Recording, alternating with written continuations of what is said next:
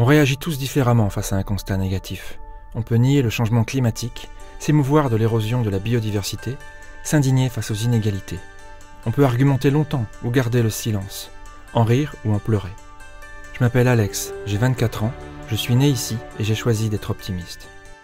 Ce sentiment, je l'ai depuis le jour où en me baladant, j'ai vu un homme qui montrait à sa fille, heureuse comme tout, comment semer et récolter. Cette scène m'a offert une formidable leçon de vie. En fait, je me dis qu'on est entouré de personnes qui ont de l'énergie, des idées, qui inventent de nouvelles manières d'être solidaires, de vivre dans nos quartiers. Et quand on prend conscience de ça, on voit le monde qui nous entoure complètement différemment. On m'a dit un jour, changer de regard sur le monde, c'est déjà changer le monde. Alors j'ai eu envie d'essayer. Et j'ai compris que la transition n'était pas une voie unique et qu'il fallait expérimenter dans toutes les directions. J'ai vu des camions sur les trains et des voies réservées au covoiturage. Ce n'est peut-être pas suffisant, mais on avance, et ça c'est rassurant. J'ai vu des métiers se renouveler, des filières être encouragées. Je me souviens de cette jeune femme, fière de contribuer à la création d'un réseau de chaleur dans le village qu'il a vu naître. Je l'ai vu développer de nouvelles compétences. J'ai vu aussi des paysages pleins de paradoxes, héritiers d'une histoire longue à guérir. J'ai vu des maires, des citoyens, des chefs d'entreprise, des associations oser la transition vers le développement durable.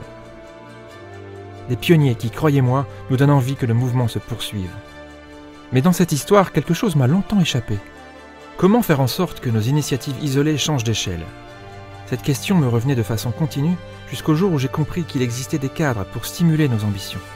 Car oui, l'État, les collectivités territoriales tiennent un rôle essentiel en agissant à plusieurs niveaux. D'abord, ils nous aident à rêver d'un futur qui donne envie d'y vivre. Ils construisent aussi des stratégies, des schémas qui guident l'action et fixent des priorités pour les 10-20 ans à venir. Enfin, ils les traduisent dès aujourd'hui en feuilles de route opérationnelles, en textes de loi, en soutien aussi aux dynamiques collectives.